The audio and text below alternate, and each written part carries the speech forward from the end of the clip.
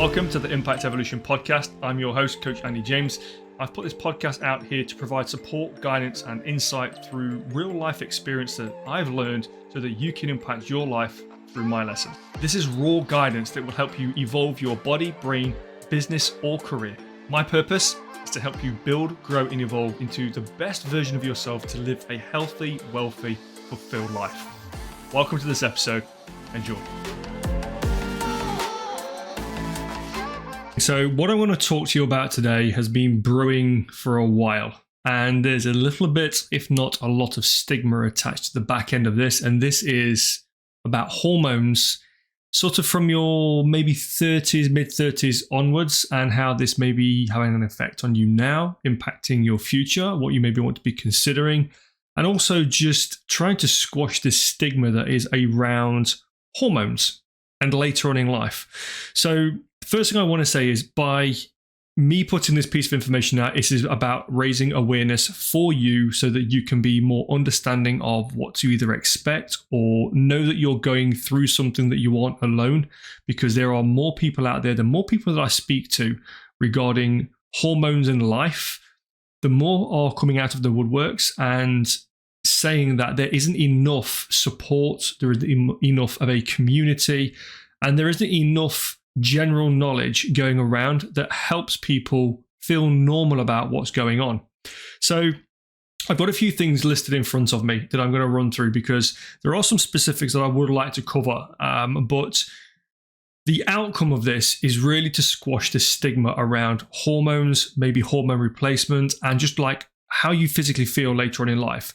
This is very relevant to me. So a little bit of a backstory. I have spoken about this on multiple platforms, but I want to give you kind of everything that I physically can in one nutshell so that we can hopefully move forwards. And what I can keep bringing you is going to be an advancement on where we're currently at.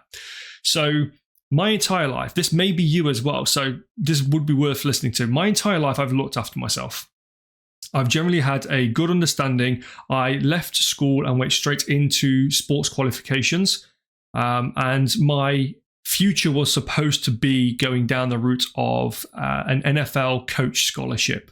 Now, because I had a knee injury, I wasn't able to bear the loads from the testing perspective, the requirements that was needed to get into the scholarship. So I had to kind of abort that process, and my qualifications basically became a hobby and a love of just keeping my body in good condition.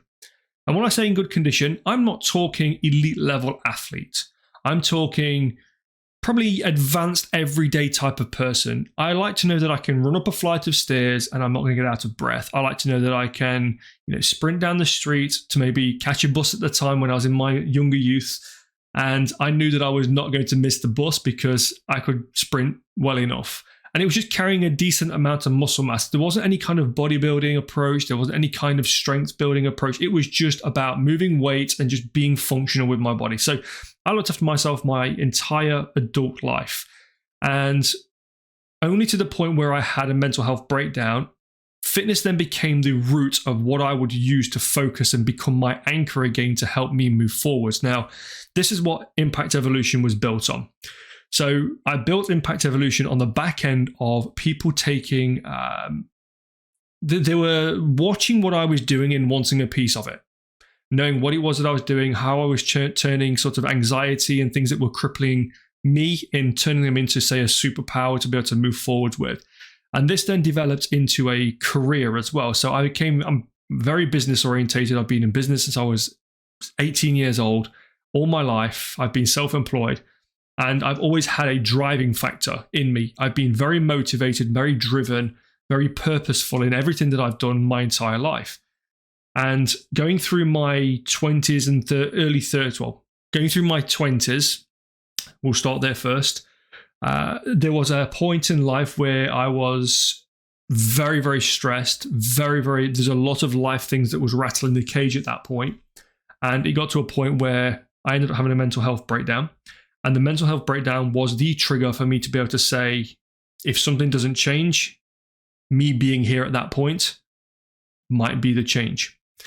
So I battled with a crisis team. I battled with self-harm. So I'm just going to pre-warn you, there may be some things that I talk about in this that might be a little bit alarming, that might be a little bit triggering, but this is my life. This is my reality.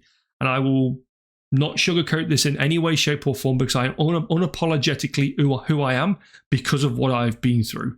So I will not sugarcoat this in a way where I need people to listen, because people need to listen because they need to know where they're at and what they're physically capable of doing to overcome this. And if you don't know how to, please reach out to me.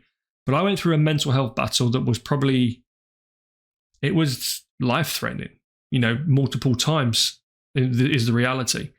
And by doing so, I obviously kind of triggered this tsunami of mental health complications. I don't want to call them illnesses or I don't like the term illnesses because I feel like it's very branding and very labeling. And it is just who I am. I still deal with a lot of these things every single day now, from social anxiety to panic and anxiety disorder, mood and personality disorder. Like there's things. There's always things.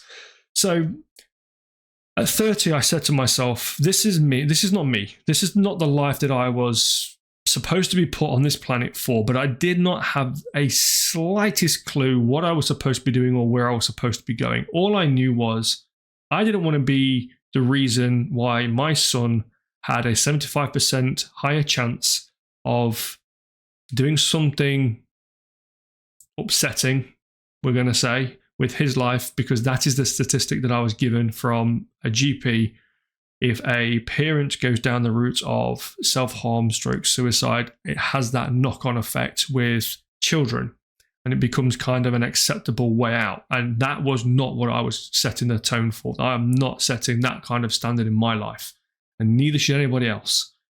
So 30 years old, I had a conversation. In fact, 2 weeks before my 30th, I had a conversation with myself, staring into the mirror. And I remember to this day, I look very different looking in the mirror now.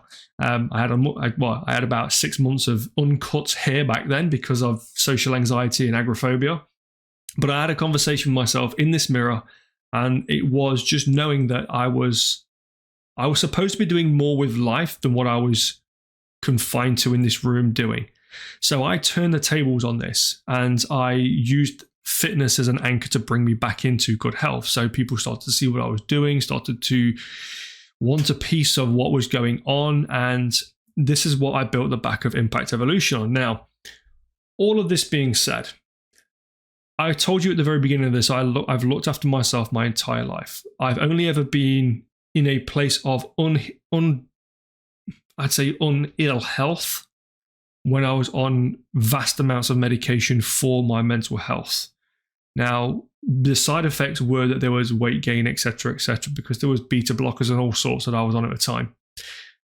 And I didn't obviously like the way that I was physically feeling, not just from how I look, but just physically feeling. It was detached from this planet. I was absolutely spaced out.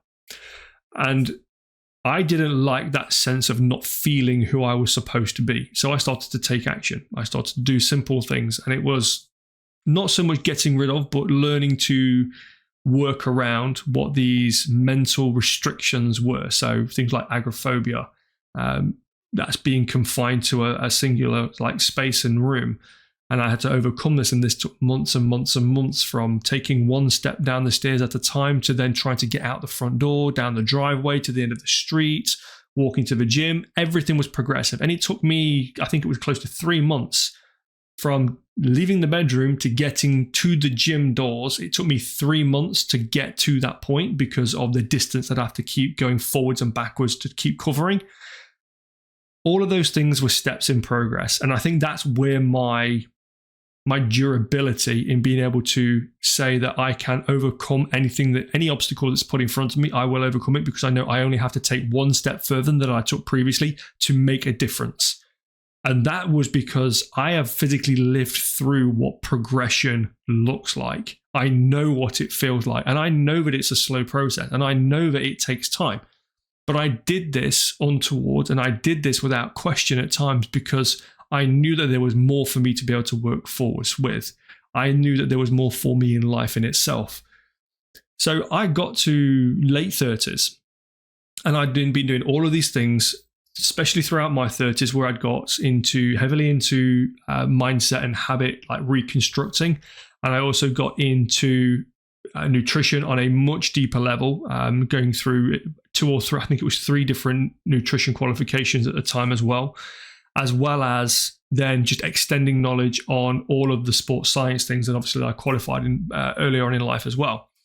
So all of these things in themselves started to really push advancements in what it was that I was doing. And it just allowed me to become a much better version of myself. And this is what inevitably became the elite mentorship now that I run inside of Impact Evolution. Now, the thing is, and this is where the caveat comes in. So I'd done all these things all my life to look after myself. I'd got to a point where I've been the fittest, the strongest, the leanest, the most muscular. I've been all of these different aspects of what health looks like to different people at different times. And I would say when I turned 38, I started to notice a little bit of a difference in who I am as a person. Now, I got to around about 38 and I started to feel like some of these mental health things that I'd been battling with in the past were starting to kind of creep back in again. And what would kind of look like mental health relapses that's what I was facing at the time. I was questioning, why was I feeling anxious about things? Why was my mood starting to become decreased and feel quite low? Like I was having to give a lot of time and attention to pick my mood back up.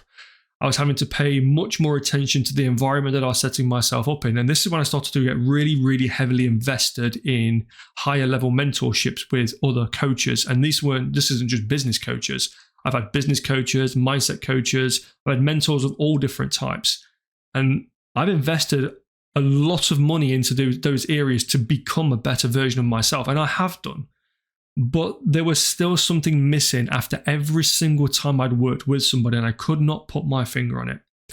And I got to a point where all of this stuff that I was doing just wasn't giving me back what it was previously, when everything was feeling like it was quite, in momentum. So fast forward about 18 months, and I'd been struggling with the same kind of symptoms in pretty much a cycle type process. They'd come, they'd go, you'd do some work on them, you'd suppress them for a bit longer, you'd feel good again. And the only thing that I would say that wasn't changing drastically was how I was physically seeing results in my training side of things. So I was training harder than what I've probably ever trained before in the past. I was eating very, very well. I always have done. I've always been mindful of food that I'm eating. Always try to approach it from an understanding that I enjoy food, but I don't abuse food. And I was also doing all of these additional bits, like making sure that my supplementation was on point, making sure that my rest and recovery was good, just being very planned and organized and being an adult about myself and my own priorities. But none of them were really having that fulfillment that you feel when you are on your A game. When you're sort of feel like you're ticking all the boxes and you're succeeding moving forwards, and you get that kind of return on life, that unspoken feeling that most people, this is what we do this for. It's kind of that chase, when you feel like you're chasing something down and it's kind of exciting and it's rewarding, feels beneficial, fills you full of confidence. That was missing. And it's not like me personally to feel that way, because I'm quite a simplistic approach type of person. I'm not materialistically driven.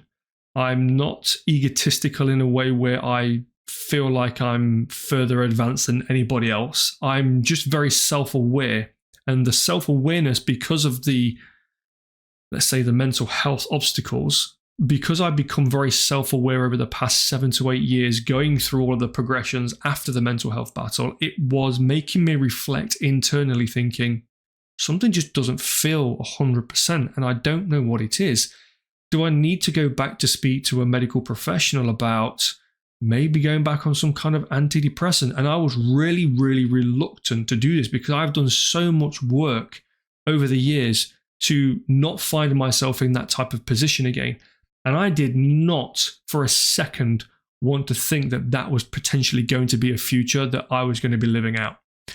So I was about to turn 40. This was last summer. And there was this alarm bell that was kind of like ringing inside of me saying, you can see what you see in the mirror, and it's not anywhere near what you would say is your best. Your strength slowly decreasing. Your drive to be able to push the way that you used to be able to is diminishing quite quickly. The mood that you're always in is maybe like just off from being, feeling good most of the time. It's kind of, I'll accept what the day throws at me and just do the best that I can with it. All of these things are not me. These are not the qualities of me that I know. Now, when I turned 40, I don't know what it was, and this is one of the prompts that I want you to take away from this is, there is never a time in your life where you do not need to know what is going on the inside of your body. You should always know what is going on the inside of your body. But the problem with this is the access that we have to this it's very medical. So, and it's also a procedure that a lot of people don't want to get involved with. They don't have the understanding or the education. So I started to begin to want to feel like I was going to talk to a GP about maybe getting some bloods done. And this is not a process that I've ever gone down before in the past. And lo and behold, I turned 40, and 2 weeks later, I got a text message from the GP saying, it's that midlife MOT thing. And I was like, if this is not a sign from somewhere saying, Andy, go and do something about what it is that you're feeling on the inside, because this is a prompt to say move and don't sit around with this any longer. So I didn't actually go to the GP. Because I've worked with GPs as clients for many years, and this isn't a knock on the NHS system at all. This was more of a case of process that I wanted answers quickly, and I wanted unbiased answers.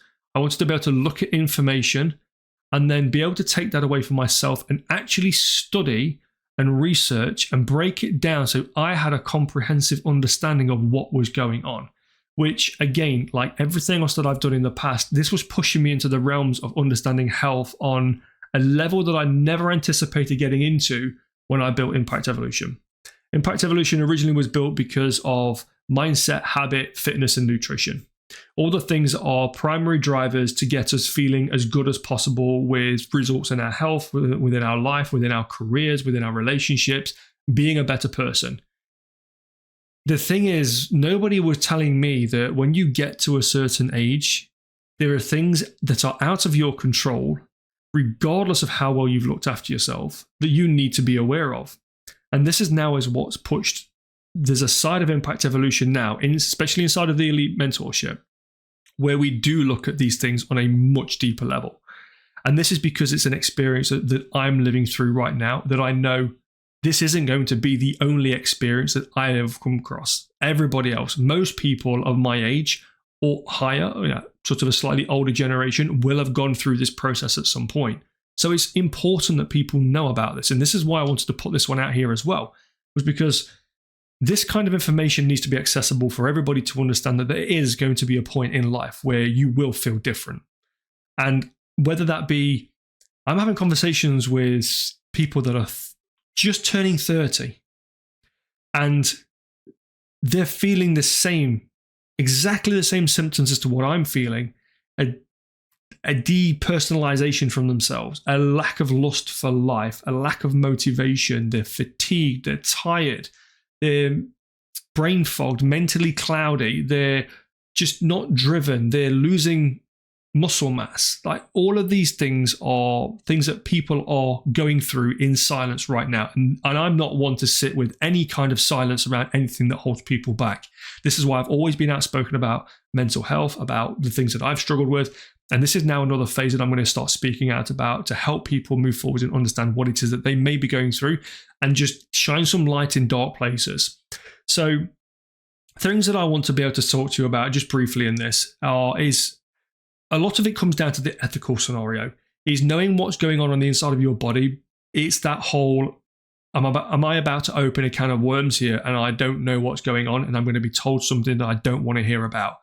There's part of you that becomes ignorant to wanting to know, but you have to overcome that because you have to know what's going on internally. Even if you feel slightly off, you just know that you're not feeling how you want to be feeling.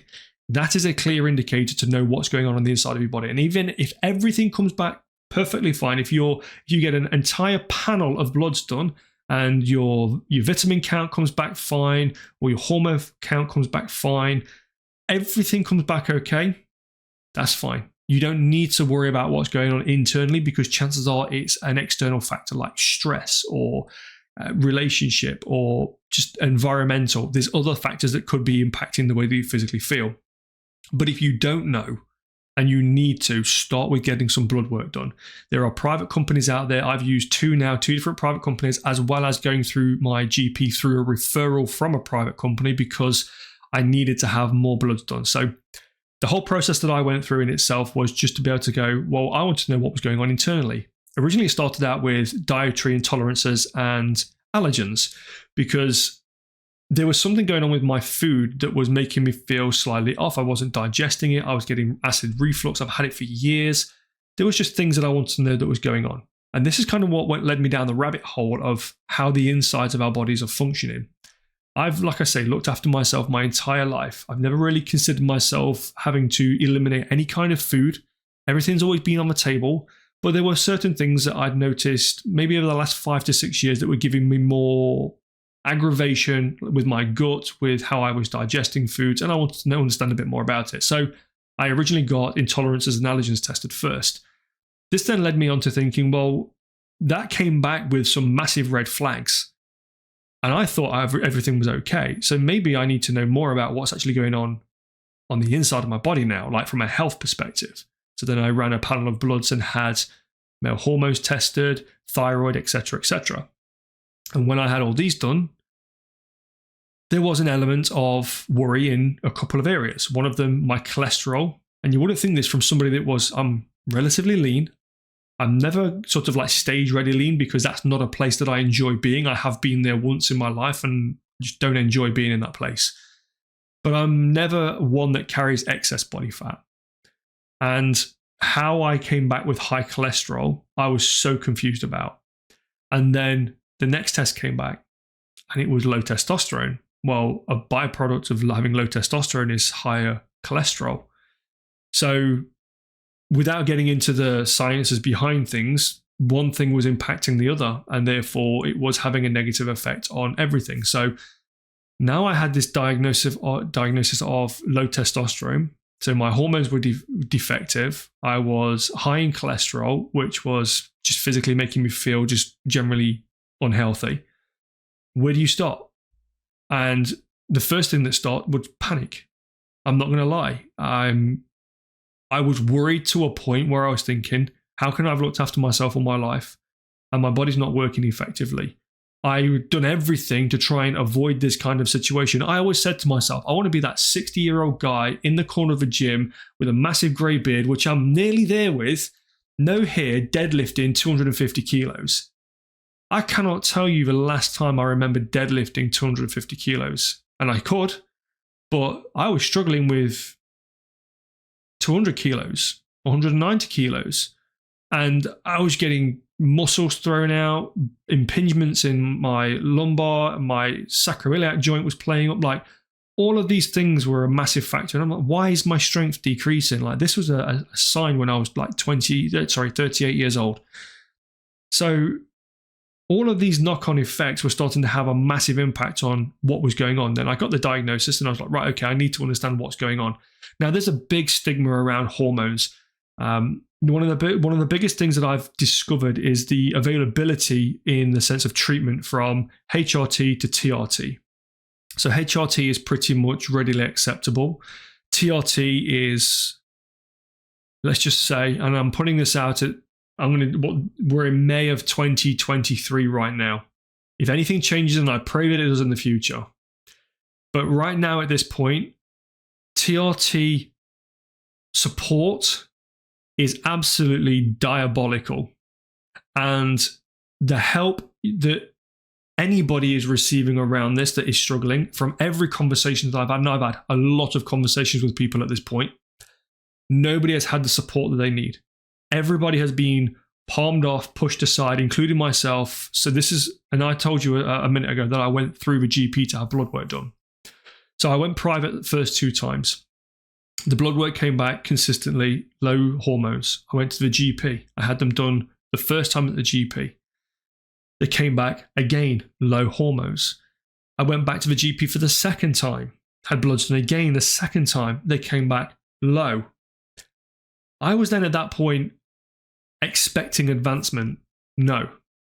Silence. Nothing. Absolutely nothing. So I questioned, what's going on? Nothing. We don't feel like you need treatment. But my hormones are low, and I've told you already that all of these implications are having an impact on my general well-being. So they're having mental health, what feels like mental health relapses. So I can't continue to live like this. You're 40 years old, make some dietary changes, make some lifestyle changes. I'm like, is that all you're going to tell me? Is that as much support as that I'm going to get? Don't you think I've already done all this? And I'm on medical dose zinc and magnesium. I've increased my sleep to 7.25 to 7.5 hours per night. I am religious with my bedtime routine, so I make sure I try and get as close to that 7 and a bit hours sleep every single night. I don't falter on the routine. I don't schedule in social events where it alters the sleep patterns. I try to keep my stress managed the best that I can. I have done everything that I can to try and improve what is going on, and nothing was getting better. And when you get that whole, we're going to do nothing because you're 40 years old, you've got plenty of life left in front of you. You can figure, you'll be okay. No, I'm sorry, that is unacceptable. And also for anybody that is feeling, dealing, or having to go through this, you should be thinking the same too.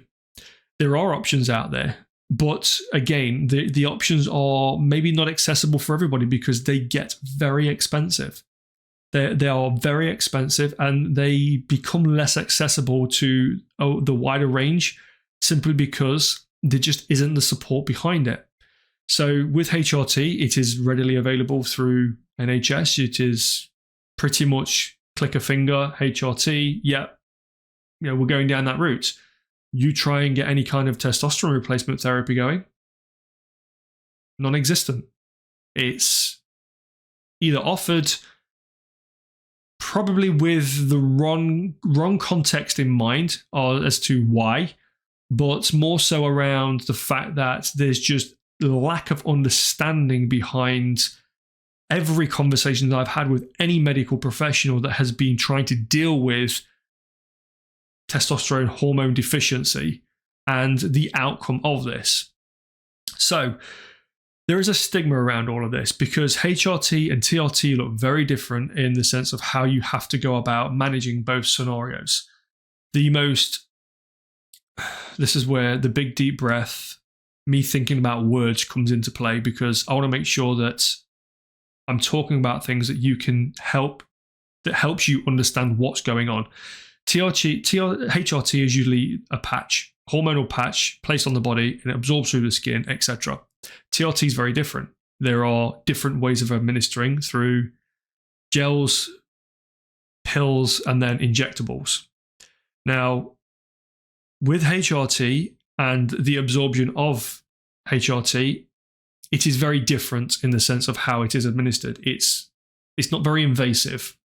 So that's what makes it a lot easier to access, which is why it becomes a cheaper resource and an easier to manage process. Now, obviously, there are other risk factors that come involved with HRT, as there are with any kind of hormone treatment. So make sure that you know that you're going into it with all of the information, which I am still studying now, 3-4 months after diagnosis. I am still trying to make informed choices as to what I do going forwards. So with TRT, the gels are transferable through contact. So basically, if you've got a partner or if you're in contact with other people, it matters where the gels are placed, because if it comes into contact with another person, say if I go and give my son a hug and he comes into contact with it, that gel, that testosterone gel, is going to be absorbed into his bloodstream as well, therefore creating another problem that's out. So I'm responsible for that. That I didn't want to be putting any kind of situation. Now, with pills, they're short term because they do have damaging effects on body organs. So your internal organs do not like going through the pill process. So the only other option, and this is going through numerous clinics and numerous approaches, trying to be able to understand what the options are, was an injectable route. Now there's microdosing, there's just like a regular dosing process. There's so many different things, and it becomes very, very daunting because I see injectables as a very intrusive way of having to deal with something. And I've got tattoos, and I'm not an injector. I've never ever been anywhere near any kind of injectable type thing in my entire life. So this is where the stigma thing becomes very, very real for me. And this is what I want to kind of wrap up at this point with opening your eyes as to what stigma really is, options that you do have. So now, the options that you do have, there are numerous. With HRT, it's a little bit more straightforward and it's a bit more readily accessible. With TRT, it's pretty much non-existent. The support to try and get to know even where you're at is very, very hard. And if you're going to go down a managed route, it's going to get very expensive. So if you're going to go through a male health clinic, you will be looking in the thousands to manage hormone replacement. And you've got to consider that this is for the rest of your life.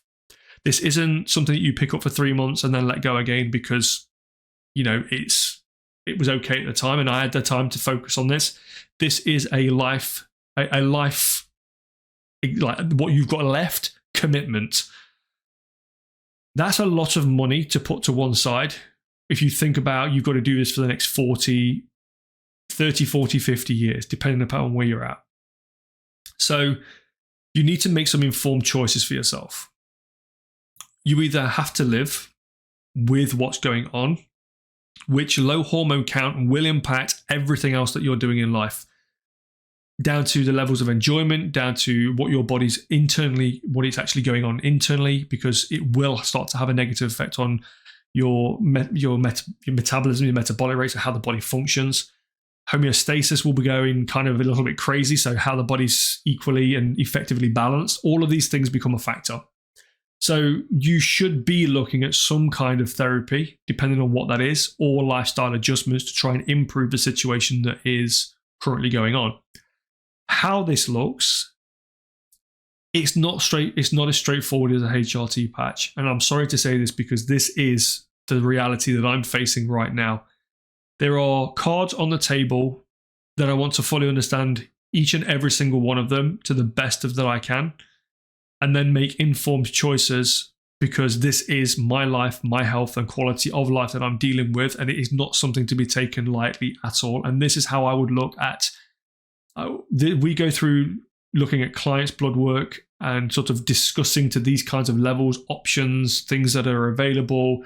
The support system that you would get is fully to the extent of what I would physically expect, because I'm going through this too. Where I'm at with this is the stigma around hormone replacement therapy looks like steroids. And if you said to somebody, oh, you're taking steroids, you're in the gym, it's a completely different thing. Hormone replacement therapy or testosterone replacement therapy is completely different to steroid abuse. Steroid abuse is going down that bodybuilding route of using anabolics, using PEDs, so performance enhancing drugs, to enhance beyond physical natural capability. If you're on a hormone replacement therapy, you're bringing your levels back to normal levels, which is what your body can now not sustain. The approach in the sense of stigma, you have to reframe, and I've had to go through this myself, because knowing that I need to be on a testosterone replacement therapy, i.e. steroid, this would mean that my entire reframe mentally of how I'm optimizing my health has to shift away from you're on steroids to you're optimizing your hormones to the best of your natural capability and how your body would naturally function. The difference between the two are two worlds apart. The results between the two are two worlds apart. One is giving a quality of life back to a person that has suffered and is suffering, and there is no let up because it doesn't reverse itself. You don't get normal levels back when you've got abnormal levels. It just doesn't happen that way. You have to go down a route of substitution. Whereas steroid abuse, so bodybuilding, etc., like using performance enhancing drugs, they are all an option. They are all a choice.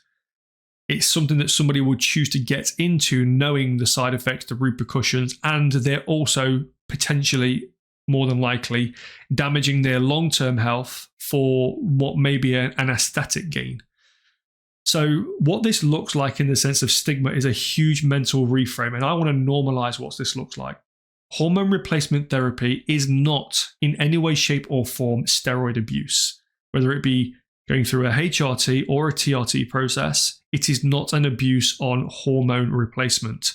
Therefore, taking the body to a level that is unnatural through substance use. What you are doing is getting your levels back to being optimized so that your quality of life, what you expect your body to be doing in the sense of how it's storing body fat, how energetic you feel, how you're able to build muscle tissue, lose body fat, just be balanced more generally, and also then give you some mental clarity back too. That is completely different. And that is the stigma that I want to be able to separate from a world where you may feel like you're living in the shadows now, and you're not. More and more people that I talk to are becoming more and more outspoken about what life looks like with low hormones.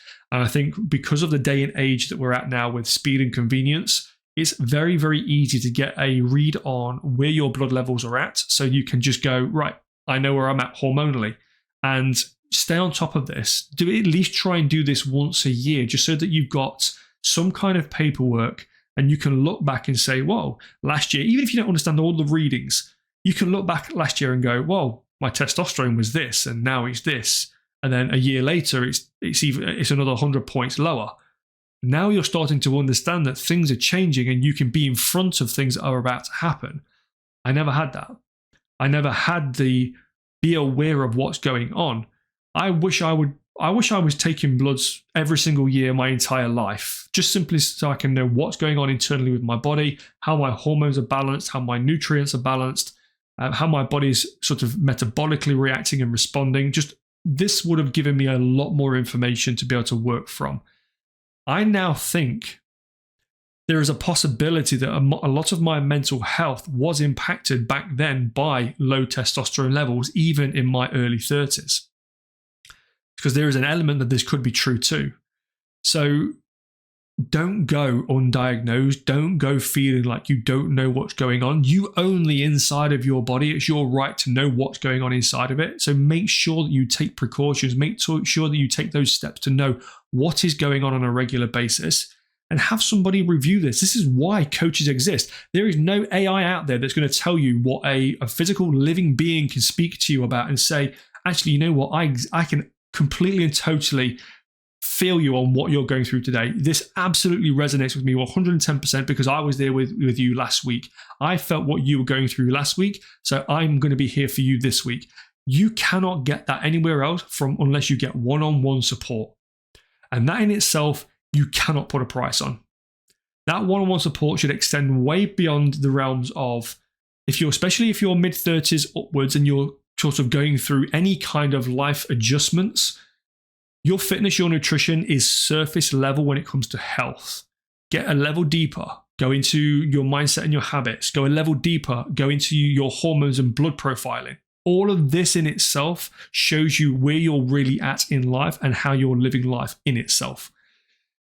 So the support we've covered, we've talked about being open around about what HRT is, what TRT is, the stigma, and trying to remove the stigma around this. We've spoken about what is the right thing to do ethically, because you have a choice to make. And this isn't just an in-the-moment choice, but this is also a lifelong or a rest of your life kind of choice. All of these things in themselves are things that I would say take a little bit of time to sit and think about. Don't push this off or put this off to a point where you feel like I'm having to make these decisions based on being in the shadows.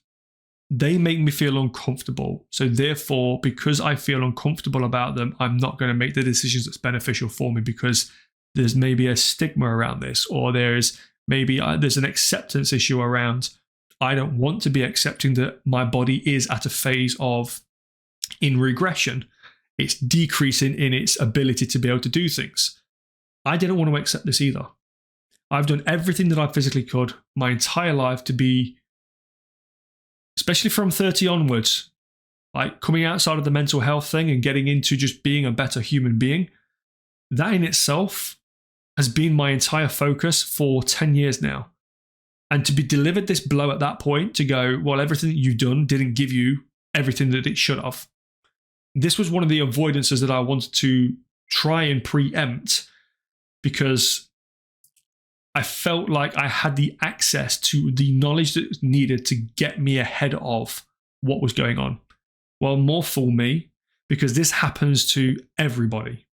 There is a stage in life where this happens to everybody. And this might be in your 30s, it might be in your 40s, it might be in your 50s, it might be in your 60s. But at some point in your life, what we're talking about right now will impact you, whether it is or it's going to. And what I want you to remember, whether this is now or in 5 or 10 years' time, is if you don't have a support for what it is that you're going through, my door is always open. I am always going to be here.